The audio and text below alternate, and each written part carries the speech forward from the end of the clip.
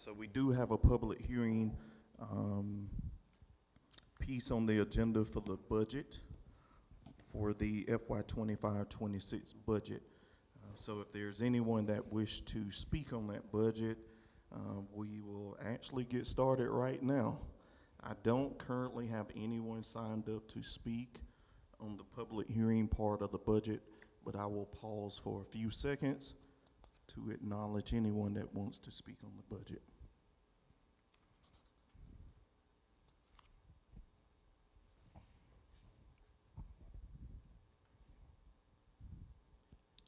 Hearing no one wishes to speak on the ordinance 2025.005, the municipal budget for 2025-2026 fiscal year, I will close the public hearing, Ms. Durst, at 6 o'clock. At this time, Ms. Durst, would you please do apologize? Good afternoon, everyone. We will start the monthly Blythewood Town Council meeting. Today is Monday, June the 23rd, 2025. The time is 6:01 p.m. Ms. Durst, would you please call the roll? Councilwoman Page? Here. Councilman Brock? Councilman Brock did text me he will be 10 minutes late. Councilwoman Fripp? Here. Councilman McKenrick? Here. Mayor Griffin? Here, thank you, ma'am. Was posting of the agenda posted according to state law? Yes, sir, it was.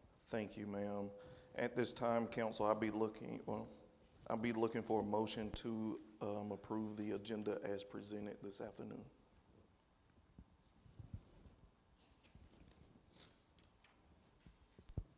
So moved. Motion been made by Councilman McKendrick. Looking for a second. Second. Second made by Councilwoman Page. Any discussion? Hearing none, all in favor signify by saying aye. Aye. Any nays? Ayes have it. Thank you. At this time, I will conduct the Pledge of Allegiance and invocation in the absence of Mayor Pro Tem Brock. Would you please join me? I pledge allegiance to the flag of the United States of America and to the republic for which it stands, one nation, under God, indivisible, with liberty and justice for all. Please join me for a word of prayer. Heavenly Father, we thank you this afternoon for getting us here safely. We ask that you bless us with returning to our home base safely just as we came. We ask that you watch over this country. We pray and ask that you guide us through this turbulent time, this country. Protect our soldiers, protect their families, protect our first responders, and watch and guide over us as we do our best to lead and guide this town into the future. All these things we ask in your name we pray. Amen. Thank you. At this time, I will start with Councilwoman Page for council member remarks.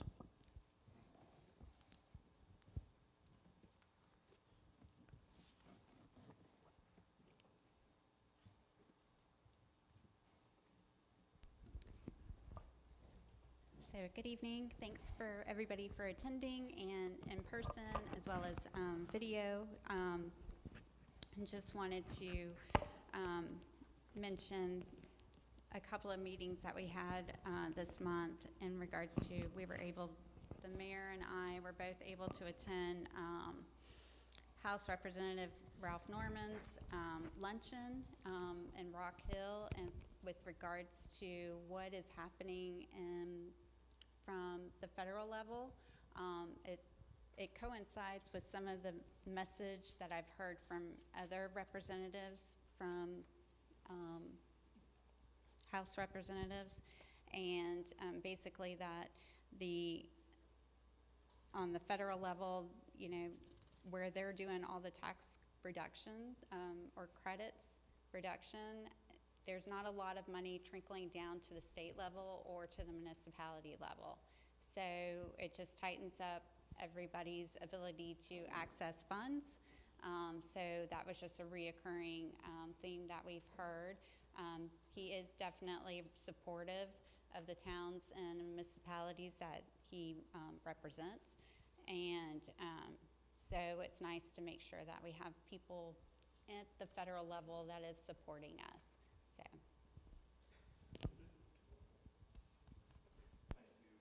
Excuse me. Thank you, Councilwoman Page. Councilwoman Fripp, any remarks this afternoon? Mr. Mayor, no remarks. Thank you, ma'am. At this moment. Thank you, ma'am. Councilman McKendrick. No, sir, I am good. All right, thank you, sir, and no remarks for myself. Next on the agenda is Town Administrator Report. Mr. Edriggers. Yes. Thank you, Mr. Mayor, members of council. A few items to bring you up to speed on, make you aware of some activity over at Town Hall. At your last meeting, obviously, you passed second reading for the municipality to proceed with a special election, a referendum question on the form of government. Since that date, I've been working with the Richland County Voter Registration Office, the director of that office, in making the arrangements, making sure everything is set up, ready to go with that election. That will be held on Tuesday, July 29th. Obviously, the polls will be open from 7 a.m. to 7 p.m. We have some information that will be published here in the next week regarding the voting precincts and all of that information. I'm glad to send you that. But again, we don't conduct the election. It's conducted by Richland County, and so those folks will be coming in and designating the precincts for voting locations. We were working with our school district here regarding use of facilities. The following week, school starts here in the community, so we needed to work very closely with them to do that. But everything is in place, and again, we will be conducting that referendum question on July 29th. Also want to make you aware that we have secured Charlie Barno with the Municipal Association of South Carolina, MASC, M-A-S-C. We're going to be doing a couple of sessions for public education for our community regarding the various forms of government, more specifically those forms that we currently have in the form that is proposed in the referendum question. And so we'll be looking very closely at the mayor-council form of government and the council-manager form of government. It'll be a very neutral presentation, providing information to the community on the responsibilities of each of those forms of government for the folks that are involved. That first one will be taking place on Monday, July the 7th at 11 a.m. Monday the 7th at 11 a.m. here in this facility.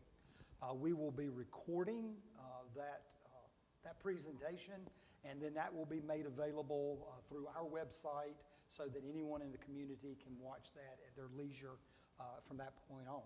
We're also doing a live session on the following Monday. That will be July 14th, and we are doing that at 6 p.m. here in this room. So 2 live sessions where folks can ask questions. The first one being recorded so folks can see the presentation, as well as they'll be able to hear any questions that were asked during that session. And what was for that second feedback. date? That second date is the 14th, July 14th at 6 p.m. So July 7th, July 14th, first one at 11 a.m., the second at 6 p.m., both held here in the manor. We will be sharing that neutral information as well on our website and our social media platforms, and so some of that is already out there, and we're having that information placed there as well.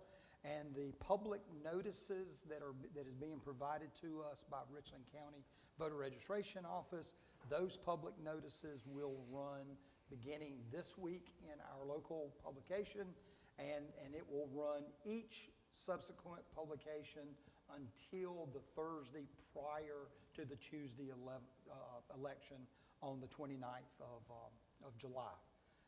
And so what we're wanting to make sure is that our community is aware that there is indeed a special election occurring, make sure that they know where they can go and vote, getting all of that information out, and then providing, again, very neutral information on the forms of government that are being considered in this referendum question. If you have any questions about that, I'm glad to entertain those now, or You may think of something a little bit later, but that's pretty cut and dried, but just a lot of coordinating to get all of those pieces to fit together, but we are moving forward. A couple of other items I want to make you aware of. Thank goodness it's nice and comfortable here in the manor. We discussed at your last meeting in depth what our path forward may need to be relative to repairs and or replacement of certain air conditioning equipment in the building. Had an opportunity to stop. Sometimes you just need to stop. So we stopped that ball from rolling, came down and we dug into what has happened and what was occurring and what conversations had taken place with various vendors relative to our HVAC system here in this building. What we learned in that process is that we needed to make a few repairs. And we did that. We now have all 8 units functioning on the roof, functioning to provide heating and cooling to this building. All of those units are running. They're running well. I am not proceeding with a replacement of those 8 units at this time. It's just not, it'll be necessary in the future. It just is not necessary for us to do that now. We had appropriated approximately $100,000 for that project. We made those repairs for about $1,000. And so I think saving $99,000 is a good day's work. Right. And so we felt really good about that. And we are going to proceed in doing some smart thermostats for the building. I think that'll help us with our efficiency here in the building. We're going to move forward with that. Also, our current agreement for the maintenance of our system, that has currently expired. And so we're going to resubmit for proposals on servicing this facility on a month-to-month basis. So just wanted to bring you up to speed, not moving forward with doing a complete system rehaul or replacement at this point. And so those funds will stay over in the capital improvement fund for this facility. And that's exactly where they need to be. Whether we call that a capital improvement plan or we call that a reserve for replacement, no matter what you want to call that, that's what it's for, is that when we have major system a need to replace major systems like rooftops, roofing, structural systems, and HVAC systems, mechanical systems, that's what those resources are for. And so we're gonna tuck those away because there will be a point in the future that we will indeed need those, just not right now. Ed, quick question there. Yes, sir. In the capital improvement fund, are we drilling down at all in capital improvements? As in the 99 that's left, and I'm using that as a round number. Sure. Are we saying that's for HVAC, or is it one account balance?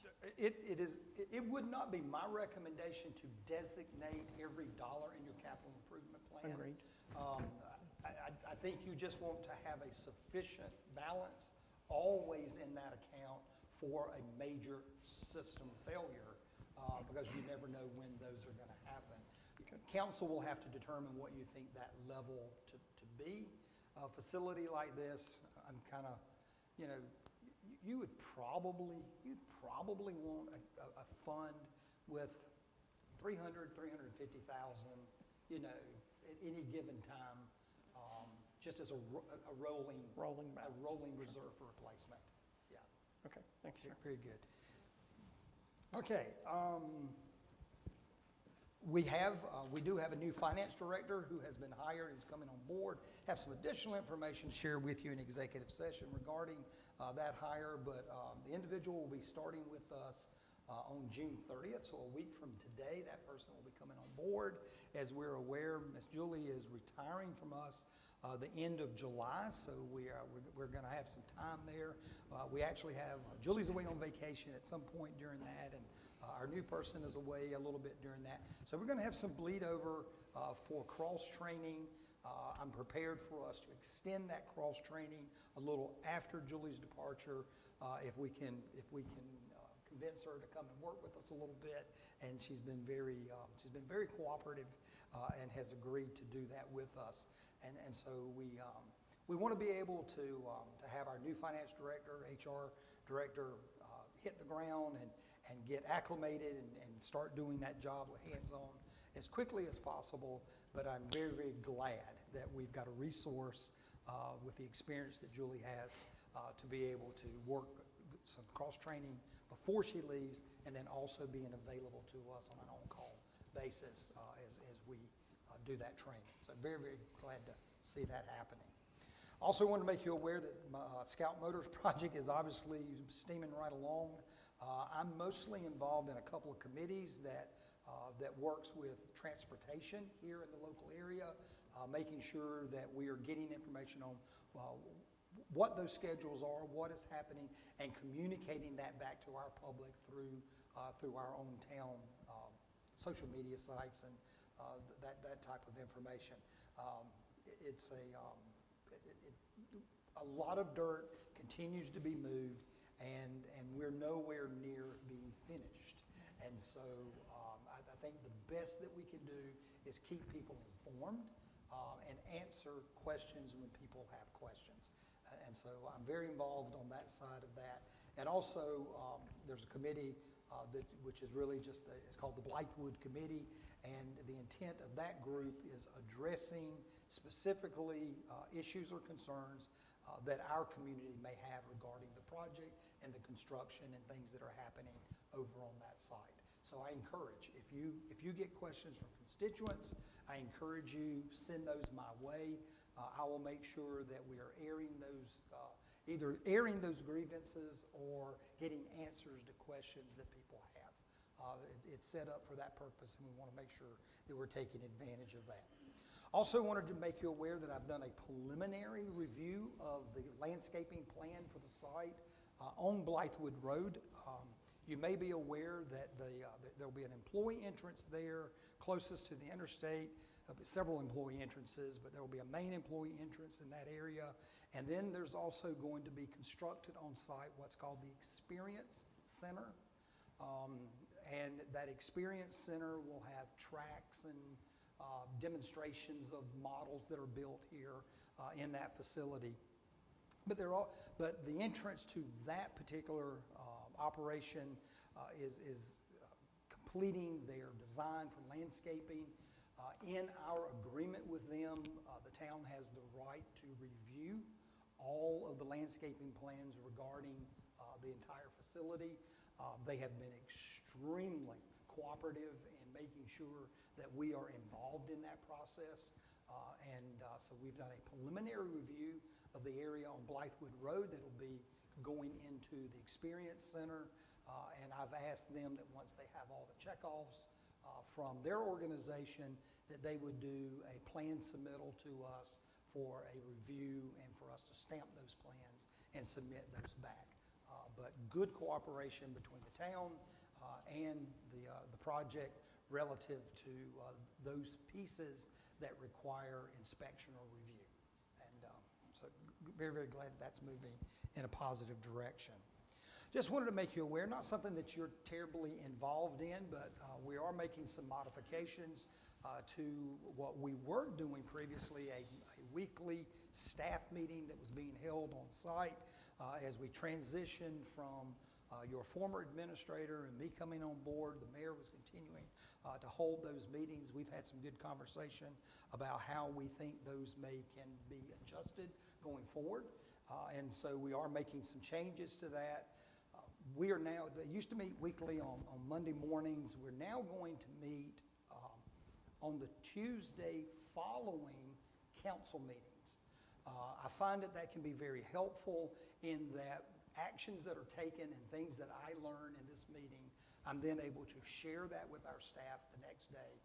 And then they, in turn, can share that with, because all of our staff do not come to those meetings. So some of our senior level staff would be at that meeting.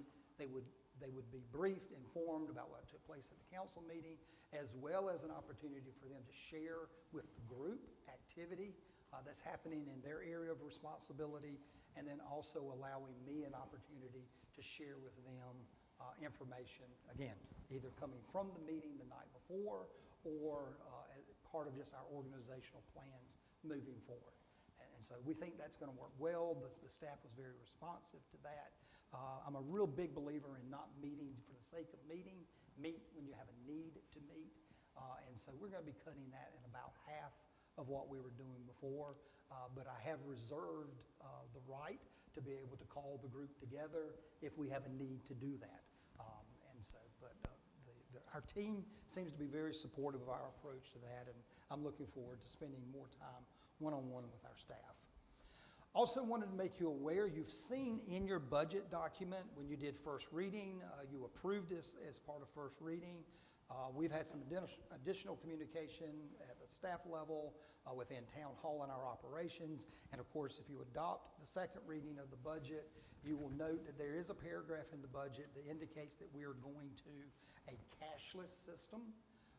We think that that is critically important for us for accountability reasons, just for transparency. We just don't want to be handling large sums of cash in any regard.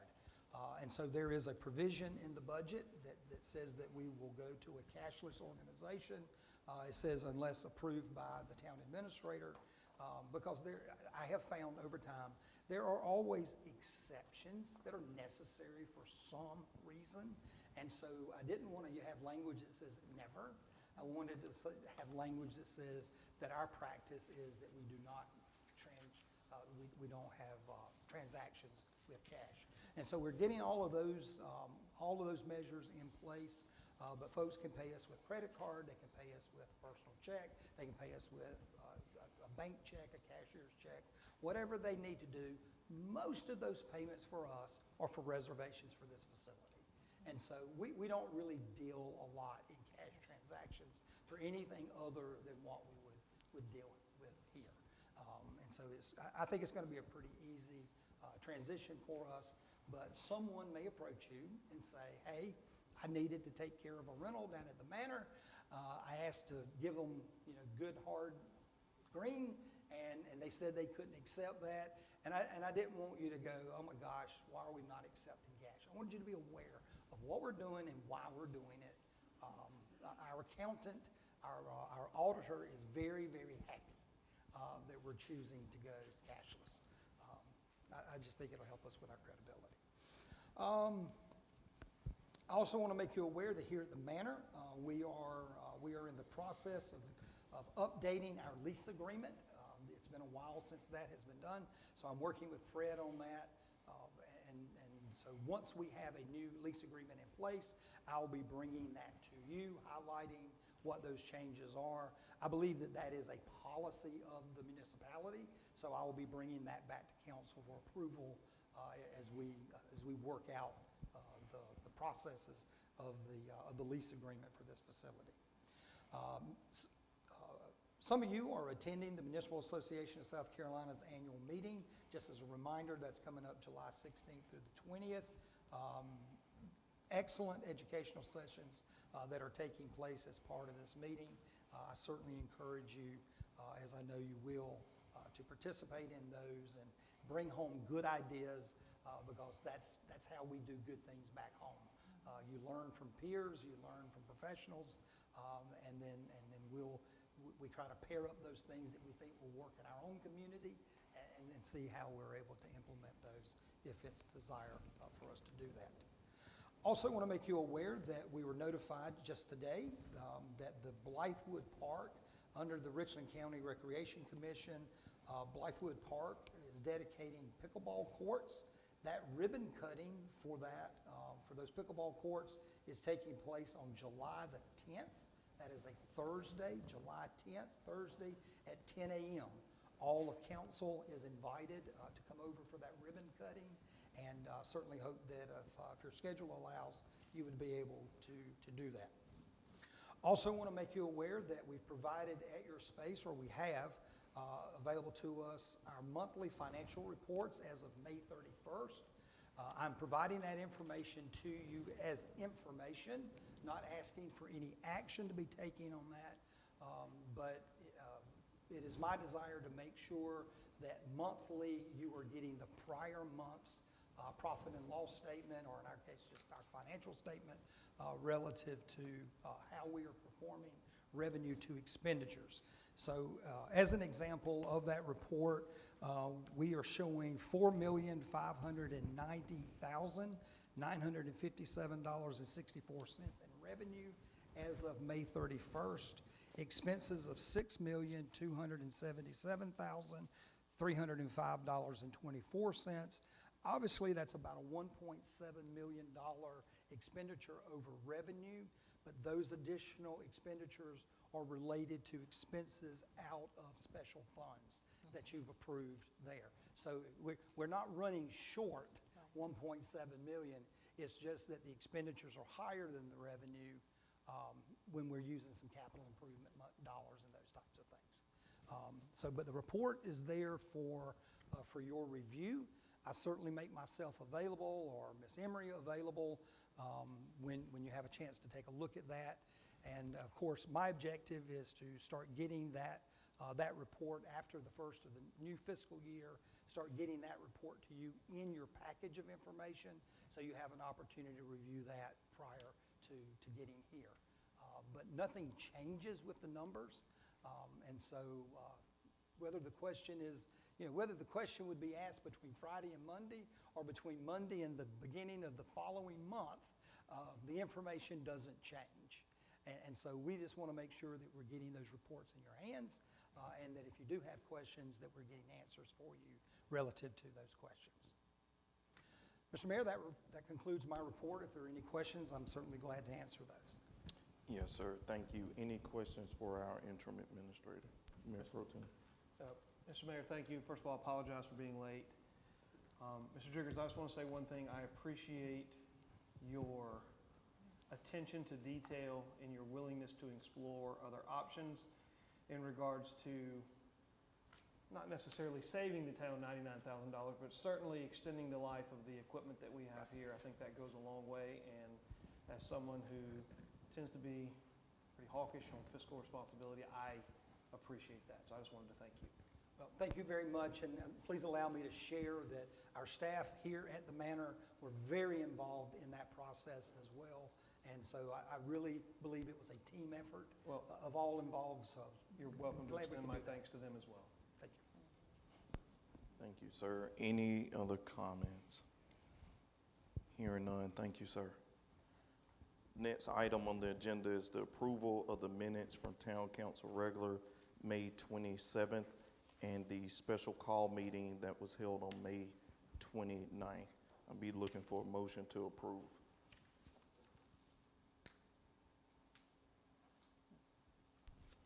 I make a motion to approve. Motion made by Councilwoman Page, looking for a second. Second. Second made by Mayor Pro Tem Brock. Any discussion? Hearing none, all in favor signify by saying aye. Aye. Any nays? Ayes have it. Next item on the agenda is the public comment section. This portion of the meeting is designated for public comments as provided by the municipal ordinance. Public comments must be limited to the items on the agenda. Each speaker will have up to 3 minutes to address council. All comments will be entered into the official record, and no action will be taken during the hearing. I did not have anyone to sign up for public comment, but I always stop and pause for members of the community. If you wish to speak, and I see Ms. Bobby Young's hand up, please approach the podium, ma'am.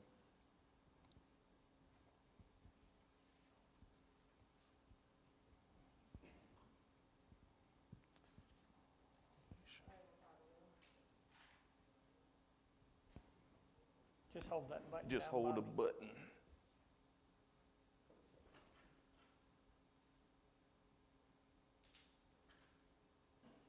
Thank you, ma'am. Okay. Hey, I'm Bobby Young. Nice to see you guys. So recently I've been accused of complaining a lot, and I just wanted to clarify that most everything I say might not necessarily come out in the most perfect way, but I want to start out by saying I really commend each and every one of the town council members for bringing something different to the table. For example, Ms. Fripp might have some financial issues that she knows about, she understands. Same thing with Councilwoman Page. We know I'm talking to Brock right now. We know that you're an accountant, and you do a good job keeping track of things. And I'm not sure what you do, Mr. McKendrick, but I'm sure you're good at it. So thank you so much. I appreciate everybody intermingling and bringing all these situations to the plate. So I'm trying my level best not to complain, but to be uplifting and happy about my community. Just know that when I speak, it's because I love it here. I really, really care. It comes from my heart. No matter what's ever said, it really does come from my heart, and I mean it in a good way. Okay, now I have a question for this gentleman, sitting right here, Mr. Driggers. How are you? Good.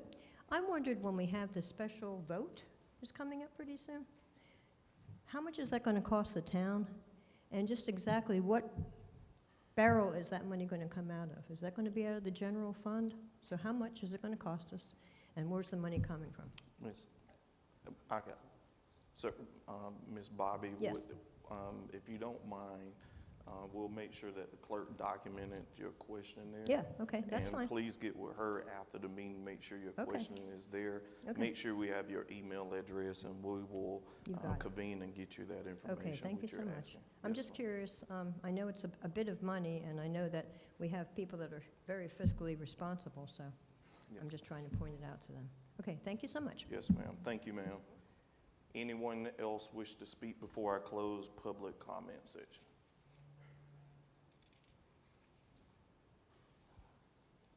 All right, hearing none, Ms. Durst, public comment closed at 6:31.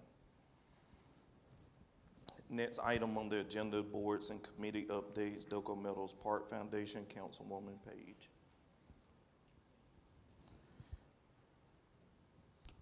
Nothing to report. Thank you, ma'am. Central Midlands Council of Government, myself, we had a real good board meeting leaning into some things. We are revisiting, they do have an item for Blythewood, and it was put on there right around the time we changed administrations for a comprehensive plan to look at the Blythewood Road, Lanford Road corridor piece. So I will be working with them to revisit that, to find out exactly. Money was allocated to it, so we just need to put that on the timeline, and once I get the timeline established from them, I will share that with our administrator, and we'll make sure that that is sent out to each of you once that timeline is established and exactly what's needed for that to be accomplished. Next is Richland County Transportation Penny Tax Advisory Committee, known as the TPAC. Councilman McKendrick. Thank you, Mr. Mayor, and I was out of town for the last TPAC meeting, but I did review the minutes from that meeting. The penny projects in and around Blythewood are continuing to progress as scheduled. Nothing, according to the minutes, nothing has fallen behind on those projects. And I will update you next month after the next meeting. Yes, sir. Thank you. Next item on the agenda is the park security updates. Council, just to be advised, the gate Segrest will begin the process of working and updating the gates on the 27th. They advised me that they will be pouring concrete pads, tearing out the existing equipment that's on the smaller concrete pads, and doing some wiring and getting ready for that. And you all that know construction, that concrete has to set up. So a day, 2-3 days, then they'll come back in and work on the hardware. I'll definitely keep you guys posted with pictures of that as they progress through that. Security camera updates. Any questions on the gates? All right. Security camera updates. I spoke with them. All poles, so if you go through the park now, in areas especially along the trails, some parts around the playground, you'll see new poles that's installed, freshly poured concrete. You'll see the wiring already up and the camera boxes already on those poles. The only thing that's not on the poles is the transmitters. They're waiting on the fiber guys, which the fiber guys were here today, testing some of the fiber lines.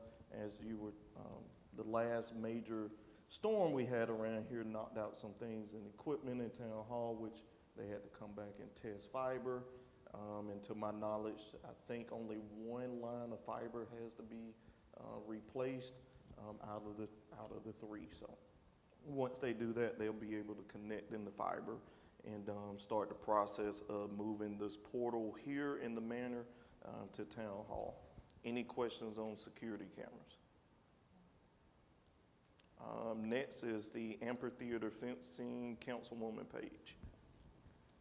So I'm working to get design drafts out to you guys before the next meeting with regards to that. And then as far as the park lighting enhancements, working with Fairfield in regards to what can they provide for us as well. Thank you, ma'am, for those updates. Any questions for Councilwoman Page?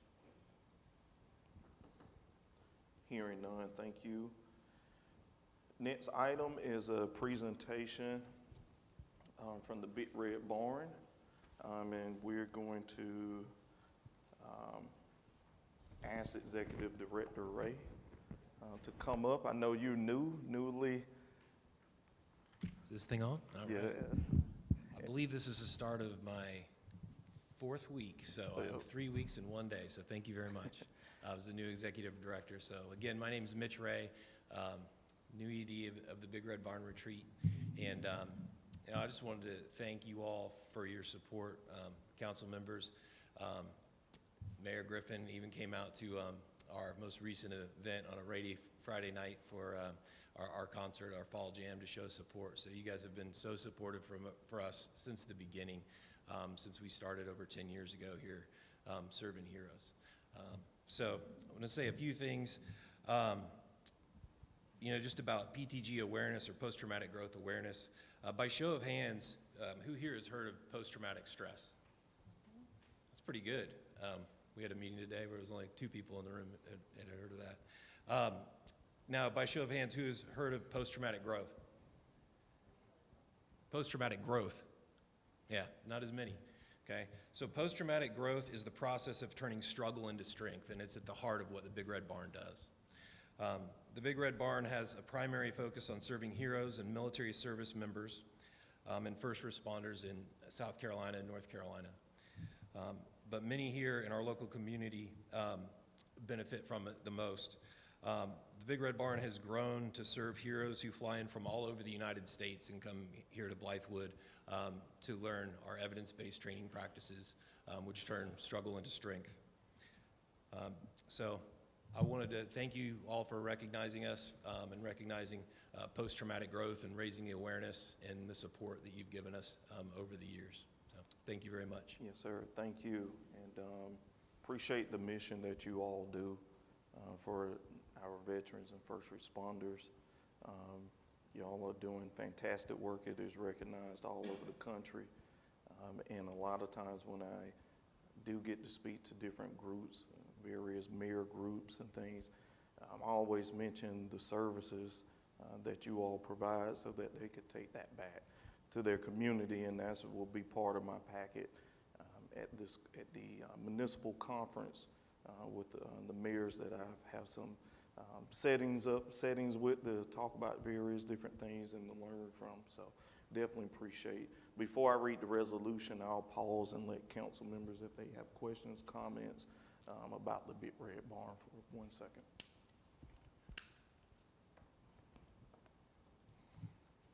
Hearing none, one thing this administration finds important is to, you know, first off, recognize the good in our community. Just as it was with the Chamber of Commerce, it is important that we work with our local partners that are making these impacts in our community that is recognized, especially for you all are recognized, not in Blythewood, but you're recognized nationwide. And being perfectly honest, as I told Ms. Shaw, one thing that bothers me is that you are here. And I see other communities recognize you more than we recognize you. And I know money is, money moves things, but there's so many different ways that we can do or show our support to the Big Red Barn, whether that's volunteering, moving forward. I know I've challenged staff with volunteering, coming over, doing lunch, serving those veterans and first responders, or doing the reset days over at the retreat. So we're going to do our part internally to do what we can. But I feel it's always important to recognize and renew our relationship and friendships. Done it with the Chamber of Commerce, and we've been doing very well. And I want to make sure that I give that respect and honor back to the Big Red Barn. I'll read this resolution. It's Resolution 2025.002, a resolution of the Mayor and Town Council of the Town of Blythewood, South Carolina, in support of the Big Red Barn Retreat and Post-Traumatic Growth Day. Whereas the Big Red Barn Retreat, located in Blythewood, South Carolina, provides invaluable mental health and wellness service to veterans, active duty service members, first responders, and others through holistic programs grounded in the principle of post-traumatic growth. And whereas the mission of the Big Red Barn Retreat aligns with the town of Blythewood's values of community well-being, public service, and support those who have sacrificed for this nation and community. And whereas the Big Red Barn Retreat has had a measurable impact on lives of countless individuals, promoting healing, resilience, and renewed purpose through initiatives such as the Warrior Path program and other trauma-informed services. And whereas the town of Blythewood recognized the significance of Post-Traumatic Growth Day on June the 13th as a time to honor and uplift those who continue to grow after experience adversities. And whereas the Mayor and Town Council desire to demonstrate their commitment by supporting the Big Red Barn Retreat through active participation in future planning. Now therefore be it resolved by the Mayor and Town Council of the Town of Blythewood, South Carolina.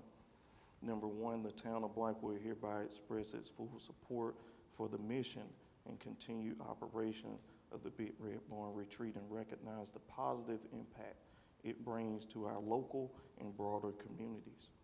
Number two, the town commits to encouraging municipal staff to volunteer time to support the Big Red Barn Retreats, events, and services. Number three, that was number two. Number three, the Mayor and Town Council shall explore future opportunities to provide either financial and or in-kind support.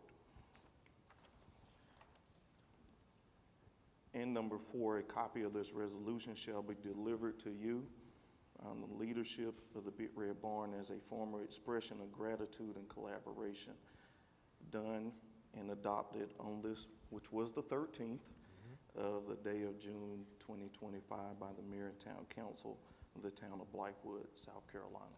So, sir, I want to stand and recognize you and the work that you all are doing over there at the Big Red Barn. We definitely appreciate you. We love you and support you.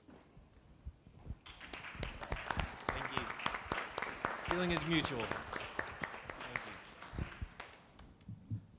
I'm going to get you to sign this document. Sure. You want me to come up there? Yes, sir.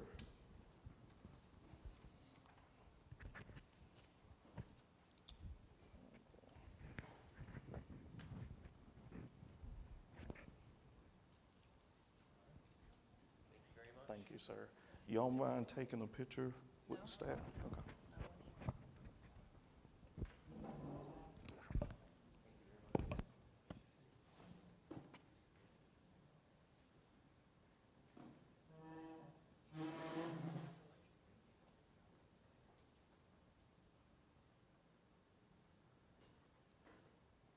Come on in. How you doing? Good to see you.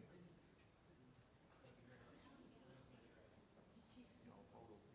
Where you want to stand? Gotta go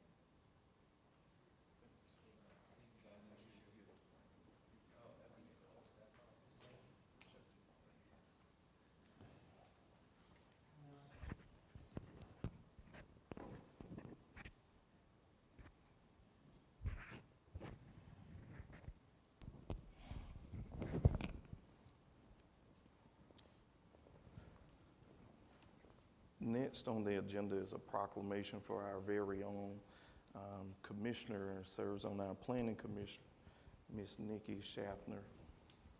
For you all that may not know, she is part of the Civil Air Patrol, and she will be going overseas for a mission, and we want to recognize her for her extraordinary dedication to service and working with our young future cadets, to my understanding, overseas. So if you don't mind, before I read this, just tell us a little bit about your mission.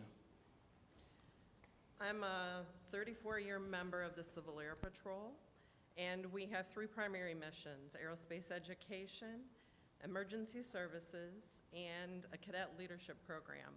And the cadet leadership program usually is the age 13 to 21.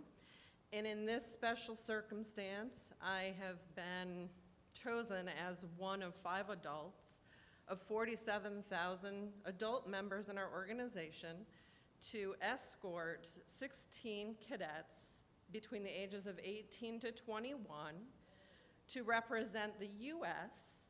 with the International Air Cadet Exchange, and we're being sponsored by the Royal Air Force. So it's going to be very exciting, 13 days in the UK. Nice. And I will be missing the next planning meeting because of it.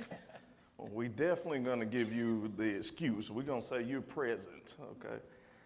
Definitely thank you for that, and thank you for representing Blythewood. You have been an outstanding commissioner, and we wish you nothing but the best on your journey. In recognition and support of Commissioner Nicole Schaffner's representation of the United States in the International Air Cadet Exchange Program, whereas the town of Blythewood values service, leadership, and global engagement by its citizens and appointed officials, and whereas the International Air Cadet Exchange Association brings together national aeronautics organizations from around the world to promote internationally understanding, goodwill, and fellowship among young youth interested in aviation, and whereas the IACA conducts an annual international exchange that includes cadets and leaders from civil aviation clubs, military supported programs, and armed forces organizations, united by their shared passion for aviation and cultural exchange.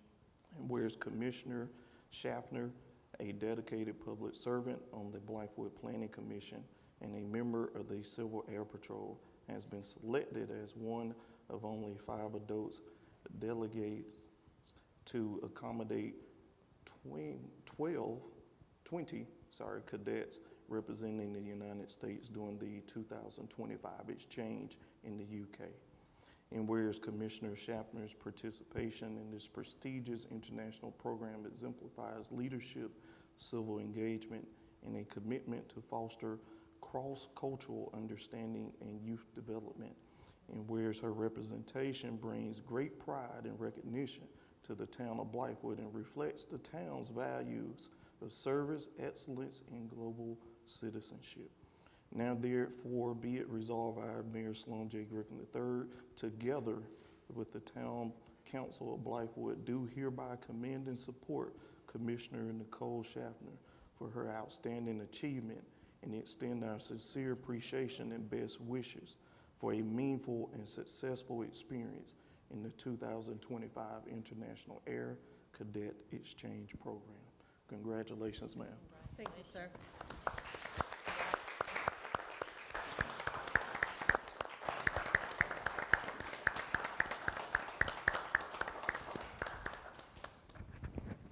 Grab a photo.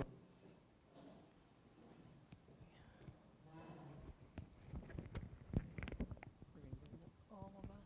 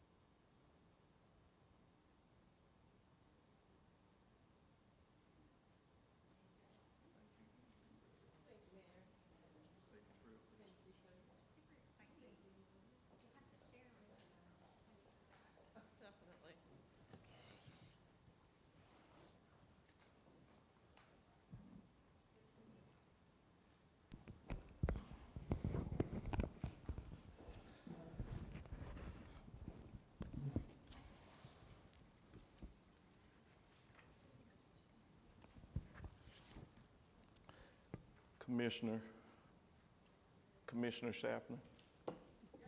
Please share some photos back so that we can share your experiences once you get back. I'm not sure if you can share while you're there, but please share what you can when you get back so we can highlight your experience. One of our protocols is to make photos of our experience to share with other cadets and aviation-minded youth, and I will be posting them on Instagram and my Facebook page. Okay. We'll make sure Ms. Jordan get that so she can follow. Thank you, ma'am. Next item on the agenda under old business is the second reading of ordinance 2025.005, an ordinance adopting the fiscal year 2025-2026 budget for the town of Blythewood. I do have one item that was requested by a member of council, Councilwoman Page, to discuss possible action on amending the budget to reinstate the original cost of living adjustment. And I'll start with Councilwoman Page for this.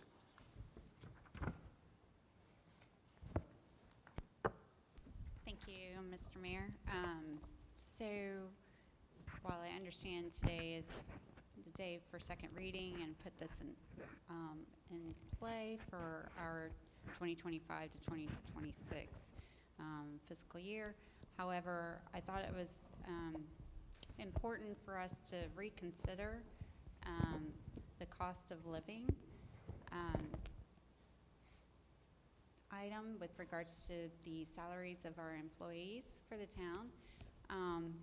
And so what I have sent you guys in email was a sample taken from the municipalities survey of compensation. I did look at 15 other municipalities that were close to our size, and I put that in a Excel item. And so just kind of going off of what, Social Security office has done for those that are receiving Social Security. They did a cost of living increase of 2.5% for this year, for 2025. Also wanted to mention that the COG had put in their budget for this fiscal year of 2.9 of the cost of living adjustment, as well as they also included a 5% merit increase for exceptional review for their staff. In the sampling that I provided, nearly half are only doing a cost of living adjustment increase, and that averages 2.82%. You have 3 of the 15 that are actually doing merit increase and cost of living increase, and then you have 3/4 of the group that is doing just a cost of living adjustment. And so, I do think it's worth to include that back into our 2025-2026 budget for, a cost of living increase to our employees. Thank you, Councilwoman Page. I will open that part up before I go to our administrator for any other updates to the budget. Any discussion from council on a COLA increase? We had it in the original budget. It was removed. Ms. Page wants it back in. Any discussion or appetite for that? Mr. Mayor. Councilwoman Fruit. Thank you. Councilwoman Page, do you know if those municipalities, are those COLA increases annual, or is that just a snapshot of a particular COLA increase? This was just for their survey for 2025, so it's an annual number for 2025. So it was a survey. So those are just the numbers for their 2025 fiscal year. Yes. So we don't know if those municipalities give those increases annually? I did not go back that far. I was just looking at, so cost of living adjustment from what I was, how I was looking at it is the fact of the municipalities are giving that amount to their employees based on what, the cost of living, for this year. Now, granted, going back and looking at past years, no, I did not. Thank you. And I think the reason why is because of I was going off of what the Social Security's office was doing. So. All right, thank you, Councilwoman Fripp. Any discussion before I move to the administrator? All right, hearing none. Yes, sir. Administrator Driggers, would you please update council? Thank you, sir. Specific to that information, you may recall during the budget workshop process, I presented some information provided by the state of South Carolina. The economic advisors for the state, every year they publish the CPI for South Carolina. When those numbers were published for this past year, that number was 4.12%. And so that was South Carolina's CPI.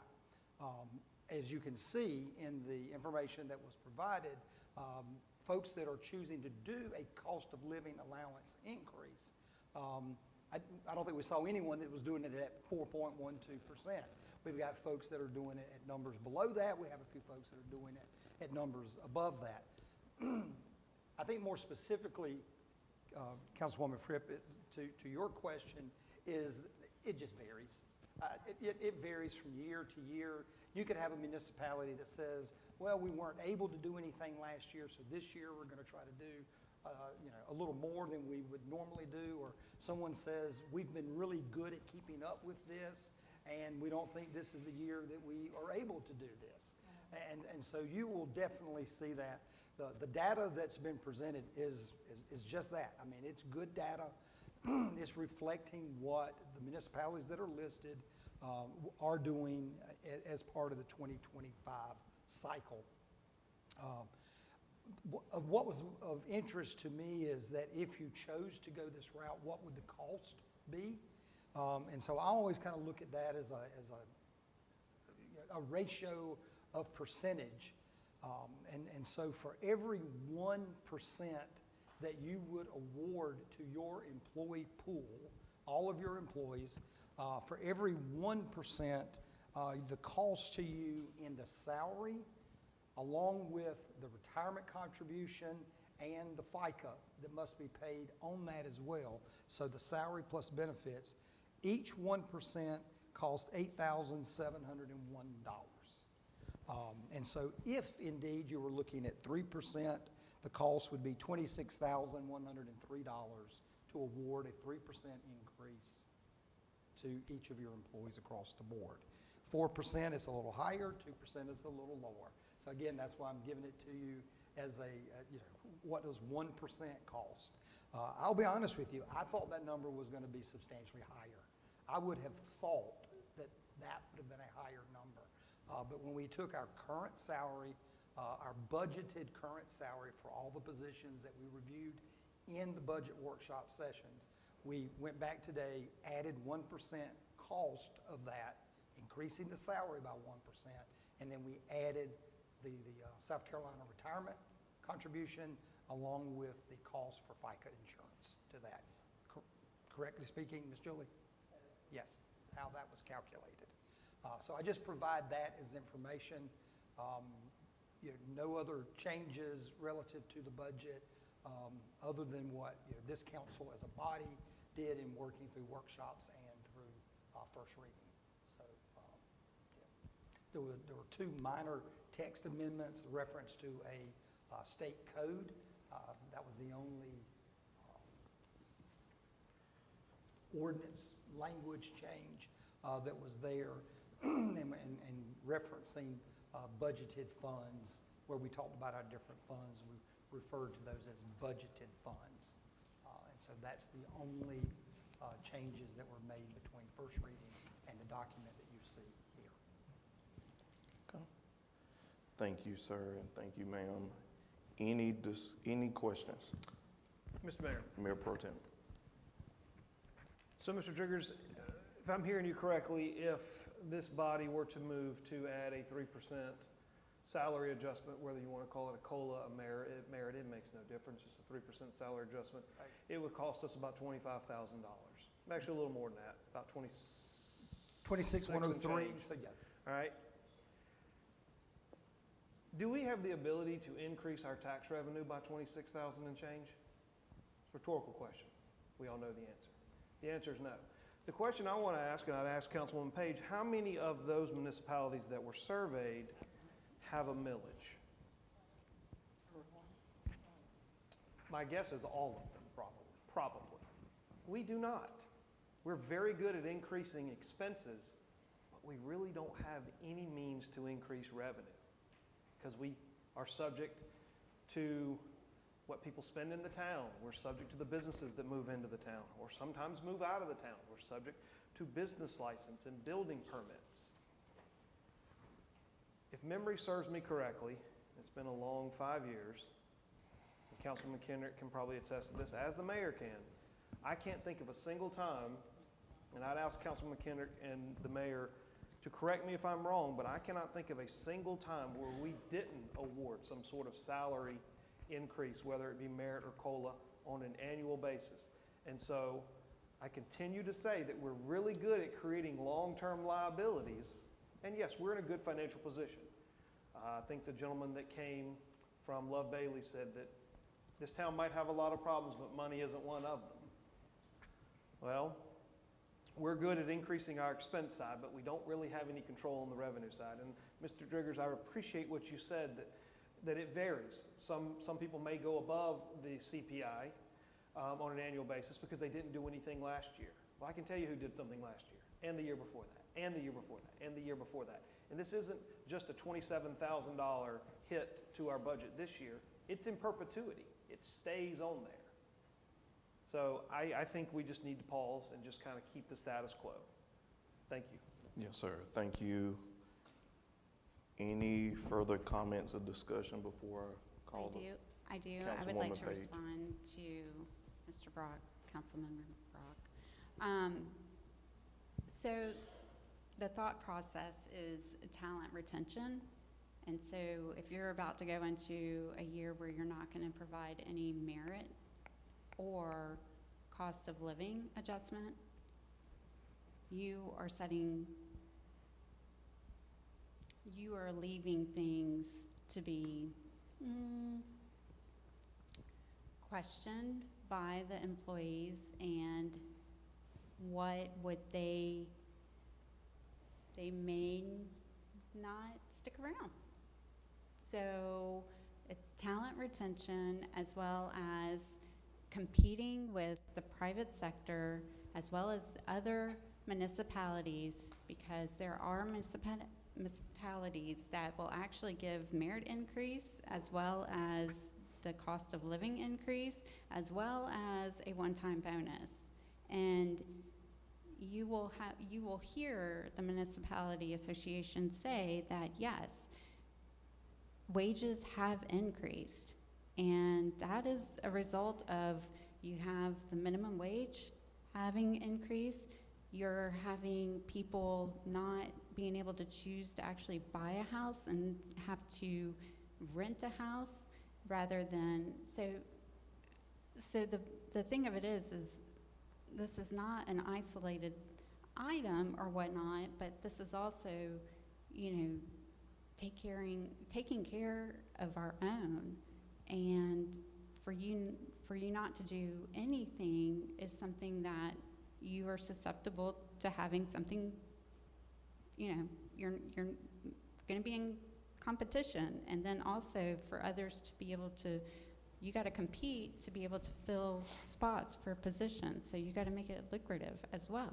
So it's just, I'm just leave it at that. Thank you, ma'am.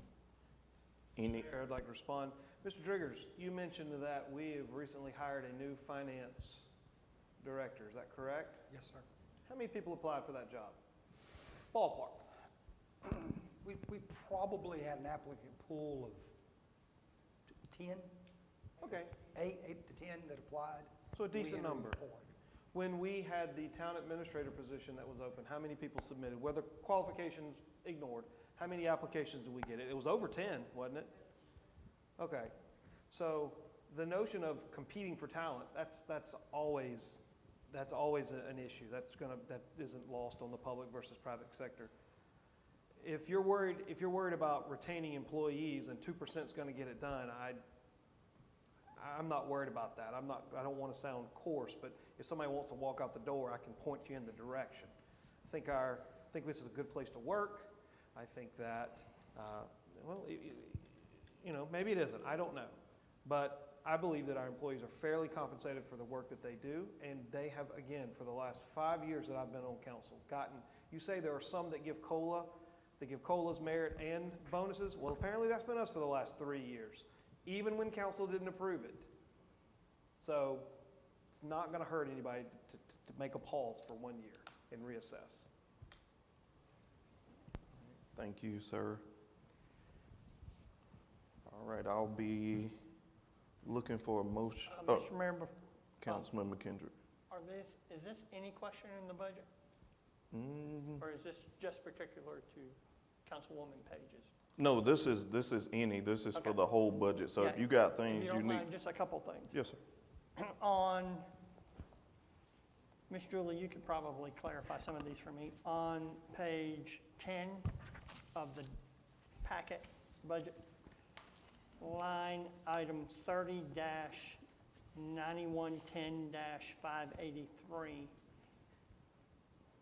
that $40,000 over there, can you refresh my memory what that is?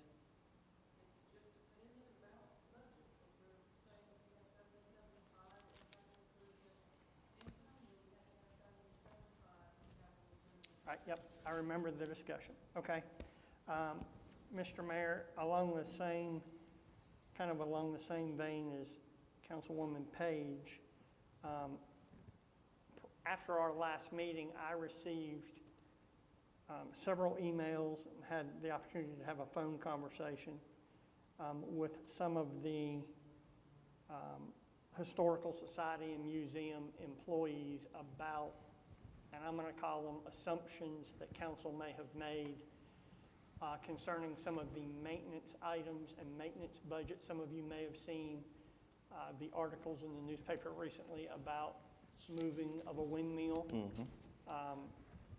And I would applaud the email I got from the Historical Society and Museums employee laying out how they maintain what they have and how they spend money moving forward.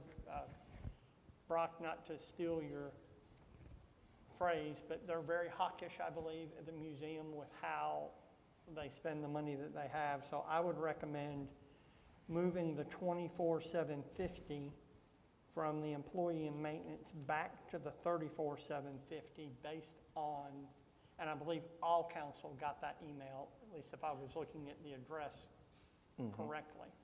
I just think it was a good explanation. I think we missed communication with the Historical Society and Museum in writing the budget. I would move that we put that back to the 34,750. And then one other question, Mr. Driggers, I know we said at first reading that Lake Murray Country and Experience Columbia, we had split the 67.5, but we said Experience Columbia was not interested in participating. They did not submit. So will we roll, is it the assumption that we'll roll that 67.5 only to Lake Murray Country?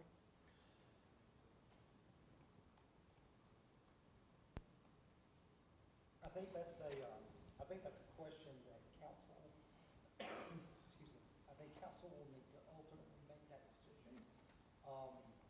We are only recommending through the ATAX advisory group that half that amount that was requested by Lake Murray.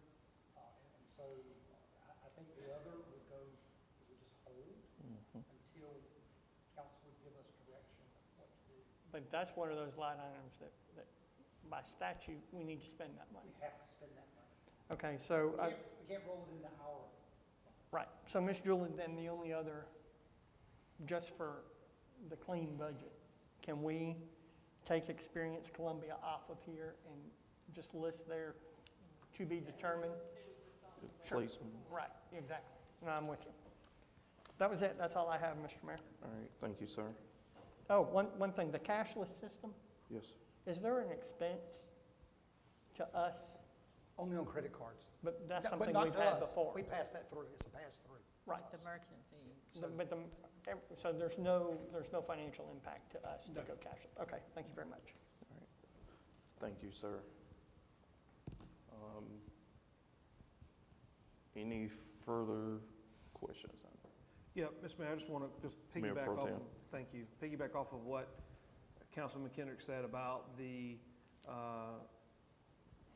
$10,000 allocation to the Historical Society. I was the one that kind of recommended removing that simply because I didn't quite understand what the money was allocated for. And I did have, as Councilman McKendrick said, he had conversations, I had a conversation with Ms. Margaret Kelly, and then she did follow up with an email as I requested for a breakdown in what they're doing with those funds, which I think is fantastic. Being a numbers guy, they gave us two documents that listed where they've spent the money in FY '24-25 and where they anticipate spending the money in FY '25-26. A little under in '25, which was fine. Told her to keep it. Don't send $300 back, just roll into next year, which goes a little over. So I applaud them for doing what everybody should be doing and telling us where they're going to spend the money that we are appropriating for them. That's fantastic. This is what everybody needs to do. And so I applaud Ms. Kelly, Mr. McLean. I see former Councilmember Gorge in the audience. Thank you guys for doing this, because this is what I would like to see moving forward, so that I can sleep on that pillow at night knowing that that $10,000 is being appropriated correctly. Awesome. Perfect. And if it's a wash, rinse, and repeat, so be it. But that email was sent on June 12th at 2:21, in case anybody wants to see it. Gotcha. All right, any further discussion? All right, hearing none, I'll be looking for a motion to approve the budget, the second reading of the FY '25-26 budget as presented with the changes that are documented. Do you want, Mr. Mayor, is it your intent to handle these changes one at a time or both together? It can go, I can make a motion to include the amendments. go ahead, sir. So I'll make a motion to approve second reading of ordinance 2025.005 with the following amendments: to strike Experience Columbia under proposed allocation of 30% tourism-related funds and relabel as TBD, and to increase the proposed allocation to the Blythewood High School, that's funny, Historical Society and Museum Employee and Maintenance, increase it from $24,750 to $34,750. Councilman Kendrick, I believe those are the only amendments we. That's correct. I would second that motion. All right, motion made by Mayor Pro Tem Brock, second by Councilman McKendrick. Any discussion? Just point of order question, Julie. So we're increasing expenditures by 10,000. Correct. So Of the 65%. I need a corresponding adjustment to your income side for the balance.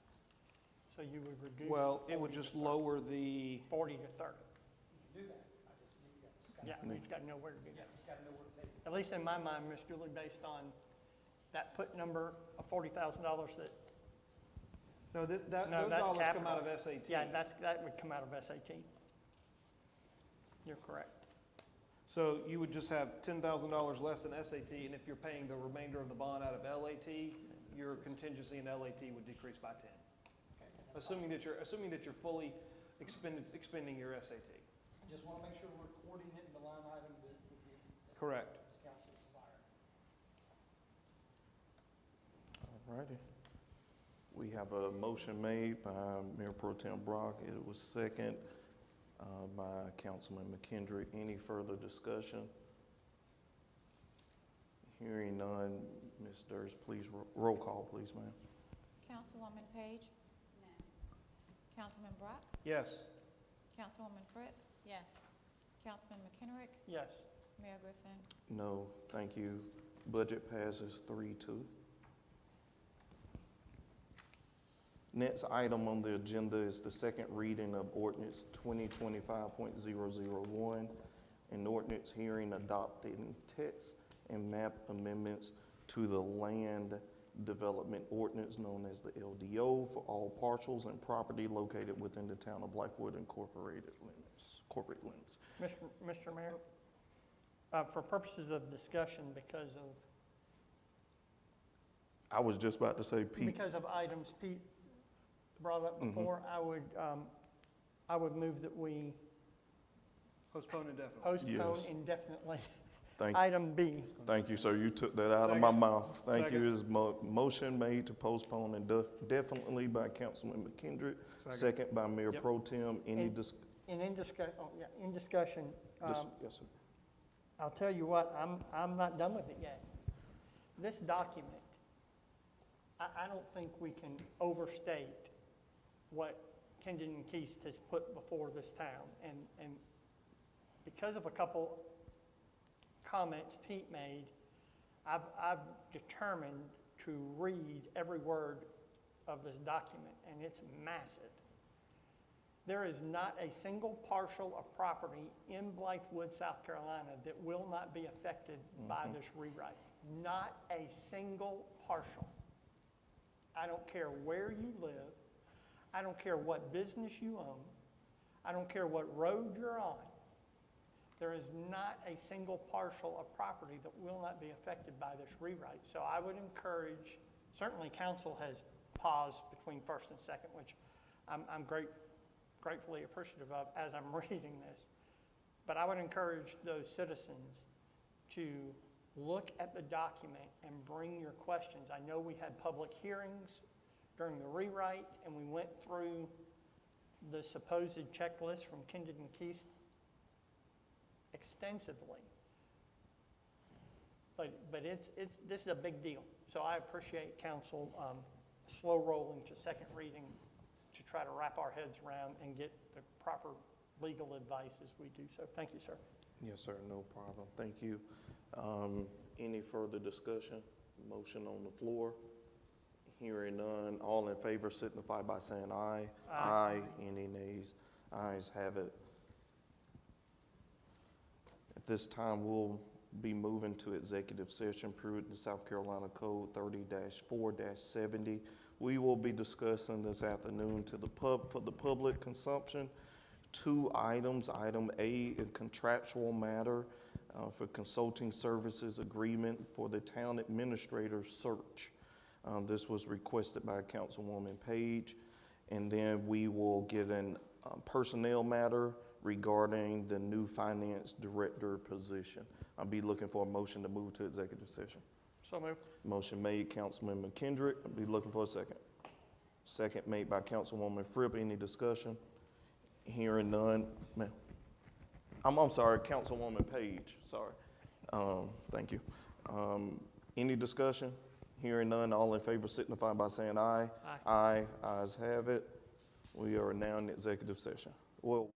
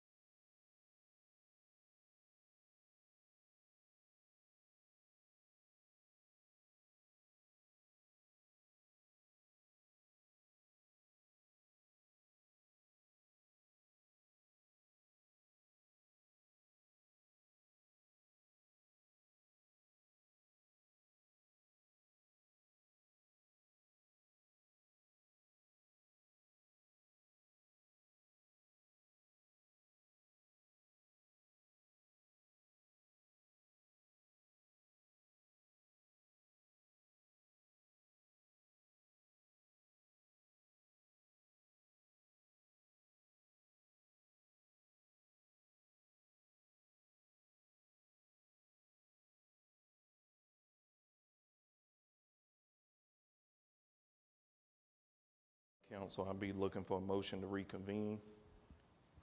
Motion made by Councilman McKendrick to reconvene. Second made by Councilwoman Page. Any discussion? Hearing none, all in favor signify by saying aye. Aye. Ayes have it. We're now back in open session. Council, are there any items requiring a vote? All right, hearing none, I'll be looking for a motion to adjourn. Motion made by Mayor Pro Tem Brock, second by Councilman McKendrick. Any discussion?